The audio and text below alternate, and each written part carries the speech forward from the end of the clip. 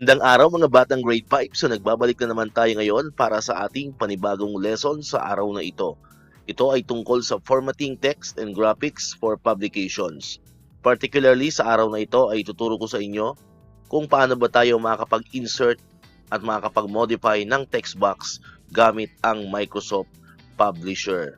Ito ay aralin natin sa EVP ICT Quarter 1, Week 4, Day 2. Pero bago natin umpisahan yan, kung di ka pa nakakapag-subscribe, click mo na ang subscribe button dyan para always kang makakapanood ng mga videos na ginagawa natin katulad nito.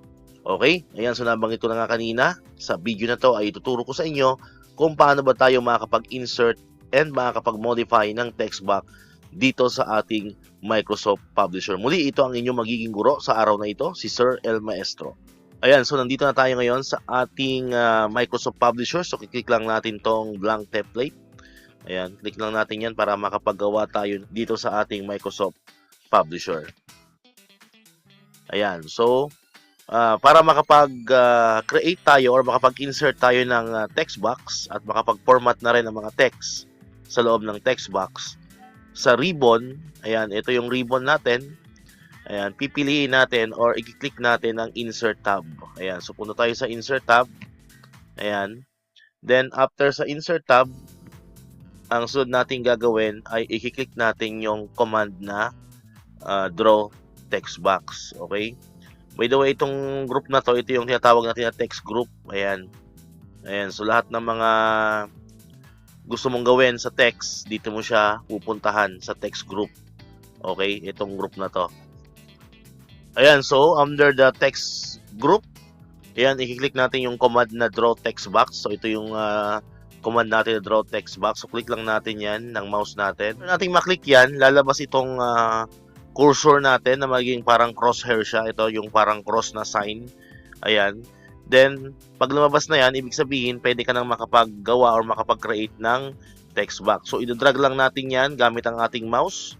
Ayan, katulad dito. Drag lang natin anywhere sa page, pwede natin siyang i-drag. Ayan, kung gusto mo malaking malaki, or kung gusto naman medyo maliit lang, kung gusto mo katamtaman lang yung size, so ikaw na yung bahala. Okay? Ayan, then bitawan natin yung mouse. Then, sa loob, makikita mo parang may nagbi-blink. Ayan, parang may nagbi-blink sa loob ng ating text box.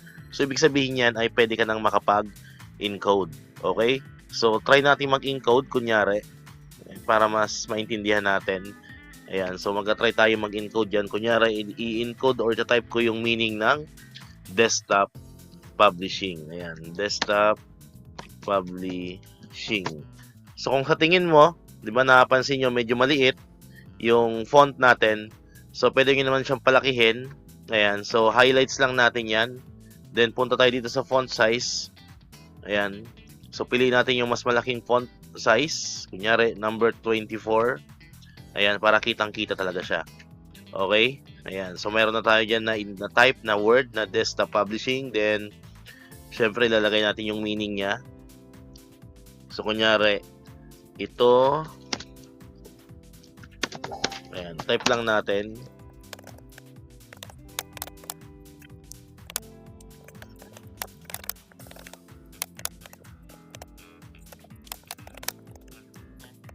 Ayan, so meron na tayong natapos na type dito sa loob ng ating text box. So nilagay ko dyan yung meaning ng desktop publishing. Ayan, so nandiyan na siya sa loob ng text box. And then pag-encode ka na, malaya ka nang gawin kung anong gusto mong gawin doon sa text na ginawa mo.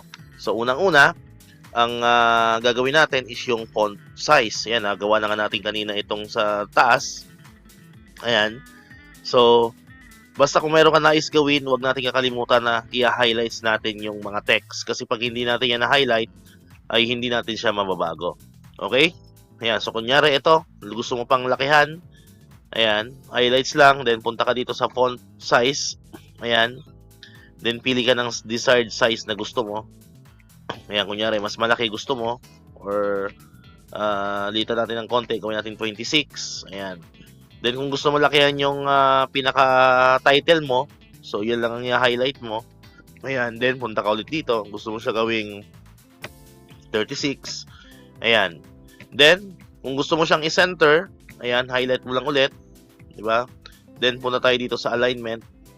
Ayan, nakalagay naman yan align center. Ito yung alignment kung gusto mong nasa left, nasa right, yung mga text, dito ka lang pupunta. Then, piliin mo kung ano yung gusto mo. So, for example, yung pamagat niya, gawin nating center. Ayan, so desktop publishing. So, nasa gitna na siya. Okay? Then, kung gusto mo siyang pakapalin, highlights lang ulit, click mo lang ito. Yung bold. Ayan. So, para pakapalin natin yung mga font size. Ayan. Then, kung gusto mo namang baguhin yung font style, ayan, punta ka lang ulit dito. Ito naman yung font style niya. Sa tabi ng font size. Ayan, punta ka lang dito. Then, pili ka ng gusto mong font style. Napakarami niyan. Pili ka lang dyan. Scroll down mo lang yan. Ayan, so pili ka ng mas maganda or mas akmang font size or font style sa gagawin mo sa publisher. Ayan, dahil itong ginagawa natin ay simple lang naman to. So, simpleng font style lang din ang gagamitin natin. Pero syempre kung ang gagawin nyo ay kunyari mga invitation, mga greetings card, ayan, mga brochure, ayan, so kailangan mas maganda yung font style na pipiliin nyo. So, kunyari yung title gusto mo ibahin yung font style, ayan, punta ka ulit dito, ayun, okay? Then next naman is yung color, ano po?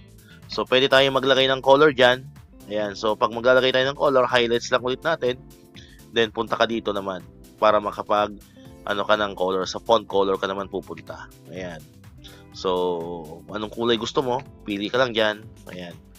Then, ito kung gusto mo, iba naman yung color ng title. So, pili ka lang ulit dyan kung anong gusto mong kulay. Okay? Ayun. Then, yung pinaka-text box mismo, kung gusto mo siyang i-format, gusto mo siya lagyan ng background color, pwede rin naman. So, all you have to do, ay i-right click mo yung pinaka-text box. Ayan, makita mo naman may mga dots-dots sa paligid. Ayan, so right-click mo yung text box. Okay? Right-click, then punta ka dito sa format text box. Ayan. Then, pwede mo siyang lagyan ng kulay. So, punta ka rito sa fill. Ayan. So, marami kang kulay na pwedeng pagpilian. Okay? Pwede rin dito sa fill effects. Ayan.